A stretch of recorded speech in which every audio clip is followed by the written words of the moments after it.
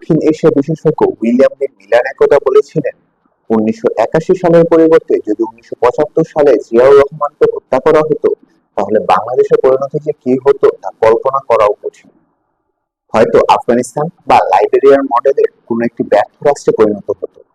জিয়া বাংলাদেশকে সে ব্যর্থ রাষ্ট্র হওয়া থেকে রক্ষা করেছেন।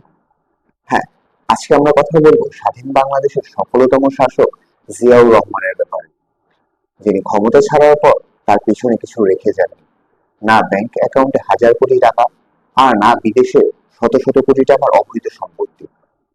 যার শাসনামলে বাংলাদেশে দুর্নীতি ছিল সর্বনিম্ন পর্যায়ে, আর দেশের সার্বভৌমত্ব এবং স্বাধীনতা ছিল সর্বোচ্চ পর্যায়ে।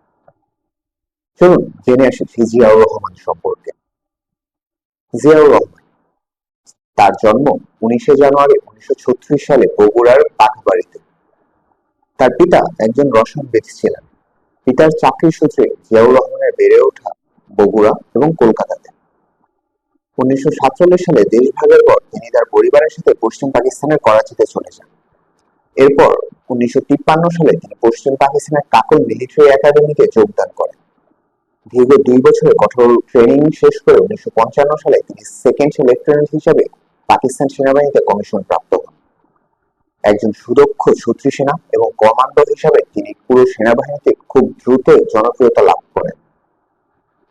করাচিতে 2 বছর দায়িত্ব পালন করার পর 1957 সালে তিনি ইস্ট বেঙ্গল রেজিমেন্টে স্থানান্তরিত হন। সেখানে কিছুদিন দায়িত্ব পালন করার পর 1959 থেকে 1964 সাল পর্যন্ত তিনি পাকিস্তান সেনাবাহিনীর গোয়েন্দা বিভাগে দায়িত্ব পালন করেন। 1965 সালের পাক ভারত যুদ্ধের সময় তিনি ইস্ট বেঙ্গল রেজিমেন্টের দায়িত্বে ছিলেন। 1965 সালের এই পাক ভারত যুদ্ধে যখন ভারতীয় সামরিক বাহিনী পাকিস্তানের করাচি শহর প্রায় দখল করে নিচ্ছিল এবং করাচি বিজয় তাদের জন্য কেবলমাত্র সময়ের ব্যাপার হয়ে দাঁড়িয়েছিল, তখনই জিয়াউর রহমানের নেতৃত্বাধীন ইস্ট বেঙ্গল রেজিমেন্ট সে ভারতীয় বাহিনীর সামনে এক দুর্ভেদ্য দেয়াল হিসেবে নিজেদের আত্মপ্রকাশ ঘটায়। তখন কেবলমাত্র 3 ঘন্টায় ভারতীয় সেনাবাহিনীর 3 শতাধিক ট্যাঙ্ক ধ্বংস করা হয়। কোন যুদ্ধের ইতিহাসে এত অল্প সময়ে এত বিশাল সংখ্যক ধ্বংসযজ্ঞ এখনো পর্যন্ত ইতিহাসে বিরল। সেদিন জিয়াউর রহমানের নেতৃত্বাধীন ইস্ট বেঙ্গল রেজিমেন্টের এই অসামান্য সাহসিকতার জন্যই করাচি আজও পাকিস্তানের অধীনেই রয়ে গেছে এবং সেই যুদ্ধে ভারতীয় সেনাবাহিনী এক প্রকার আত্মসমর্পণ করতে বাধ্য হয়েছিল। 1965 এই পাক ভারত যুদ্ধে অসামান্য কৃতিত্বের প্রতিদান স্বরূপ পাকিস্তান সেনাবাহিনী ইস্ট বেঙ্গল রেজিমেন্টের সদস্যদের 2টি সিতারা-ই-জুরাত এবং 9টি তাকমা-ই-জুরাত পুরস্কারে ভূষিত করে। আর এই ইস্ট বেঙ্গল রেজিমেন্টের অসামান্য নেতৃত্ব প্রদান করে জিয়াউর রহমানকে হিলাল-ই-জুরাত পদকে ভূষিত করে। 1969 সালে তাকে প্রমোশন দিয়ে মেজর পদে পদোন্নতি দেওয়া হয় এবং জয়দেবপুরে 2য় ইস্ট বেঙ্গল রেজিমেন্টে স্থানান্তর করা হয়। এরপর তাকে উচ্চতর প্রশিক্ষণের জন্য তৎকালীন পশ্চিম জার্মানি এবং যুক্তরাজ্যে প্রেরণ করা হয়। সেখান থেকে এসে 1970 সালে তিনি চট্টগ্রামে নবগঠিত 8ম ইস্ট বেঙ্গল রেজিমেন্টের সেকেন্ড ইন কমান্ডারের দায়িত্ব দেওয়া হয় তাকে। 1971 সালের মহান মুক্তিযুদ্ধের সময় জিয়াউর রহমান এই 8ম ইস্ট বেঙ্গল রেজিমেন্টের কমান্ডার হিসেবে দায়িত্ব পালন করছিলেন। 1971 সালের 25শে মার্চ এই দেশের ইতিহাসে কলঙ্কিত এক রাত। সে রাতে পাকিস্তান সেনাবাহিনী নিরীহ ঘুমন্ত হাজার হাজার নিরপরাধ বাঙালিকে নির্বিচারে হত্যা করে। তাদের এই হত্যাযজ্ঞ থেকে নারী, পুরুষ, শিশু, বৃদ্ধ কেউই রেহাই পায়নি। পাকিস্তান সেনাবাহিনীর এই কাপুরুষিত এবং বর্বরোচিত হামলা দেখে জিয়াউর রহমানের ভিতর থেকে নড়ে ওঠে। তিনি প্রথম তার অধীনস্থ ইস্ট বেঙ্গল রেজিমেন্টকে নিয়ে বিদ্রোহ ঘোষণা করে বসেন। তিনি প্রথম ব্যক্তি যিনি তৎকালীন পাক সরকারের অধীনস্থ হয়েও প্রথমবারের মতো স্বাধীনতার ঘোষণাপত্র পাঠ করেন এবং সরাসরি মুক্তিযুদ্ধে নেতৃত্ব প্রদান করেন। মুক্তিযুদ্ধের সময় তিনি জেড ফোর্সের অধিনায়ক হিসেবে দায়িত্ব পালন করেন এবং তিনি অত্যন্ত সফলতার সাথে তার এই দায়িত্ব পালন করেন, যার কৃতিত্ব স্বরূপ স্বাধীনতার পর জিয়াউর রহমানকে বীর উত্তম পদকে ভূষিত করা হয়। স্বাধীনতার পর 1975 সালে যখন পরপর তিনটি সেনা অভ্যুত্থান ঘটেছিল, দেশের সেই ক্রান্তি লগ্নে জিয়াউর রহমান একই সাথে সেনাপ্রধান এবং রাষ্ট্রপতির দায়িত্ব গ্রহণ করেন। ক্ষমতা গ্রহণ করার পর তিনি সর্বপ্রথম সেনাবাহিনীর মধ্যে চেইন অফ কমান্ড প্রতিষ্ঠা করতে উল্লেখযোগ্য ভূমিকা পালন করেন। তার সময় দেশের স্বাধীনতা এবং সার্বভৌমত্ব ছিল সর্বোচ্চ পর্যায়ে। তিনি দেশের অখণ্ডতা রক্ষায় বেশ কিছু গুরুত্বপূর্ণ ভূমিকাও পালন করেছিলেন। উদাহরণস্বরূপ দক্ষিণ তালপট্টি দ্বীপ। ভারত দীর্ঘদিন ধরে দক্ষিণ তালপট্টি দ্বীপকে তাদের অংশ বলে দাবি করে আসছিল, যদিও দক্ষিণ তালপট্টি দ্বীপ বরাবরই বাংলাদেশের সমুদ্র সীমা এবং বাংলাদেশের অংশ হিসেবে বিবেচিত ছিল।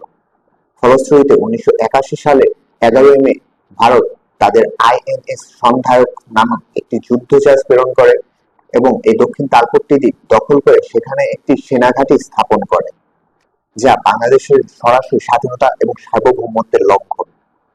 ঠিক এর 2 দিন পর অর্থাৎ 1981 সালের 13 মে জিয়াউর রহমান নির্দেশে রিয়ার অ্যাডমিরাল মাহবুব আলী খানের নেতৃত্বে বাংলাদেশ নৌবাহিনী দক্ষিণ তালপট্টি দ্বীপ পুনরুদ্ধারের জন্য পাল্টা আক্রমণ চালায় এবং তাদের আক্রমণ এতটাই ভয়াবহ ছিল, ভারতীয় সামরিক বাহিনী সেখানে টিকে থাকতে না পেরে আত্মসমর্পণ করতে বাধ্য হয় এবং আমাদের বীরেরা পুনরায় এই দেশের ভূখণ্ড তাদের দখলে নিয়ে আসে। অথচ 2013 সালে আমাদের এই বীরেদের আত্মত্যাগে অর্জিত এই দ্বীপকে আমরা নামমাত্র বিচারিকের রায়ে ভারতের অধীনে পুনরায় হস্তান্তর করে দিই। এছাড়াও জিয়াউর রহমানের শাসনামলে যখন বৈদেশিক ষড়যন্ত্রে পার্বত্য চট্টগ্রাম এক প্রকার বাংলাদেশের হাতছাড়া হয়ে যাচ্ছিল, তখন তিনি পার্বত্য চট্টগ্রাম রক্ষায় বেশ কিছু গুরুত্বপূর্ণ পদক্ষেপ গ্রহণ করেছিলেন। সেখানে তিনি বেশ কিছু সেনা ক্যাম্প তৈরি করে পাহাড়ি বিদ্রোহী সন্ত্রাসীদের বিরুদ্ধে তিনি সেনা অভিযান পরিচালনা করেন। এছাড়া তৎকালীন পাহাড়ে বাঙালিদের সংখ্যা খুবই নগণ্য ছিল, ফলে খুব সহজেই কাশ্মীরের মতো পরিস্থিতির সৃষ্টি হতে পারত, যা অনুধাবন করে জিয়াউর রহমান ভূমিহীন বাঙালিদের পাহাড়ে স্থানান্তর করা শুরু করেন। এতে করে 90 দশকের মধ্যেই পাহাড়ে বাঙালিদের সংখ্যা সেখানকার উপজাতি এবং ক্ষুদ্র নৃগোষ্ঠীদের থেকে বৃদ্ধি পেয়ে যায়। ফলে স্থানীয়ভাবে গণভোটের আয়োজন করে পাহাড়কে বাংলাদেশ থেকে আলাদা করার ষড়যন্ত্রকে তিনি স্থায়ীভাবে ভেস্তে দেন। এছাড়া জিয়াউর রহমান সার্ক প্রতিষ্ঠা করে দক্ষিণ এশিয়ায় ভারতের একক আধিপত্য বিস্তারকে রোধ করেন এবং বিশ্ব দরবারে বাংলাদেশকে একটি গ্রহণযোগ্য রাষ্ট্র প্রতিষ্ঠিত করেন। রাষ্ট্রপতি হিসেবে জিয়াউর রহমান ছিল জনগণমুখী। তিনি ক্ষমতার কেন্দ্রে বসে না থেকে জনগণের দৌড়গড়ায় পৌঁছে গিয়েছিলেন তাদের সকল দুর্দশা এবং কষ্টের কথা শুনতে, যা বর্তমানে এনসিপি অনুসরণ করছে এবং বিপুল পরিমাণে জনসমর্থন আদায় করছে। এছাড়া তিনি কৃষিকাজের উন্নয়নের জন্য বিভিন্ন পদক্ষেপ গ্রহণ করেছেন। দেশের পশ্চিমাঞ্চলে এবং উত্তরাঞ্চলে যখন শুষ্ক মৌসুমে কৃষিকাজ ব্যাহত হচ্ছিল, তা জানতে পেরে জিয়াউর রহমান খাল খনন কর্মসূচি গ্রহণ করেন। আজ 2025 সালে এসে আমরা আফগানিস্তানের খাল খনন কর্মসূচি শুনে ব্যাপক অবাক হই এবং প্রশংসা করি, অথচ আজ থেকে দীর্ঘ 45 বছর পূর্বে বাংলাদেশে জিয়াউর রহমানের নেতৃত্বে সফলভাবে একটি খাল খনন কর্মসূচি হয়েছিল, যা এদেশের কৃষি উৎপাদনে এক প্রকার বিপ্লব এনে দিয়েছিল। এছাড়াও দেশে পুনরায় গণতন্ত্র প্রতিষ্ঠার লক্ষ্যে জিয়াউর রহমান বহুদলীয় রাজনৈতিক ব্যবস্থার পুনঃপ্রতিষ্ঠা করেন এবং 1978 সালের 1 সেপ্টেম্বর বাংলাদেশ জাতীয়তাবাদী দল বা বিএনপি প্রতিষ্ঠা করেন এবং তিনি প্রতিষ্ঠাকালীন প্রেসিডেন্ট বা সভাপতির দায়িত্ব পালন করেন। ভাগ্যের নির্মম পরিহাস যে বিএনপিকে তিনি প্রতিষ্ঠা করেছিলেন এদেশের জনগণের মত প্রকাশের স্বাধীনতা হিসাবে এবং এদেশের গণতন্ত্র প্রতিষ্ঠা হিসাবে, সেই বিএনপির জন্যই এই উদীয়মান শাসকের অকাল মৃত্যু ঘটেছিল 1981 সালের মে মাস। সদ্য ভারতের বিপক্ষে বাংলাদেশ একটি যুদ্ধে সফলতা লাভ করে, আর এরই মধ্যে বিএনপির আভ্যন্তরীণ কোন্দল চরমে পৌঁছে গিয়েছিল।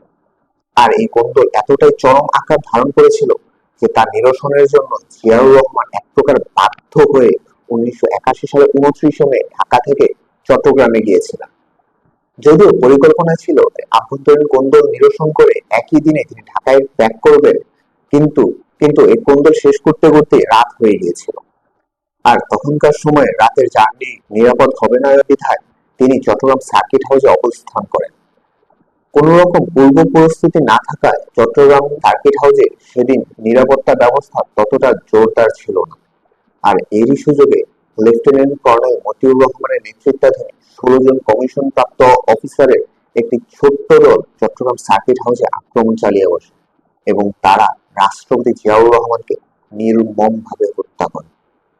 বলা হয়ে থাকে লেফটেন্যান্ট কর্নেল মতিউর রহমান তার এসএমজি থেকে জিয়াউর রহমানের উপর ব্রাশ ফায়ার চালায় এবং মাটিতে যখন তার নিথর দেহটি লুটিয়ে পড়ে সে সময় তিনি তার মুখমণ্ডল লক্ষ্য করে পুনরায় 16 থেকে 20টি গুলি চালান এবং এক পর্যায়ে জিয়াউর রহমানের একটি চোখ তার শরীর থেকে বেরিয়ে আসে। আর এই নৃশংস হত্যাকাণ্ডের মধ্য দিয়ে বাংলাদেশের অগ্রগতি স্থমিত হয়ে পড়ে, যা বাংলাদেশ এখন অব্দি কাটিয়ে উঠতে পারে। ধন্যবাদ সকলকে।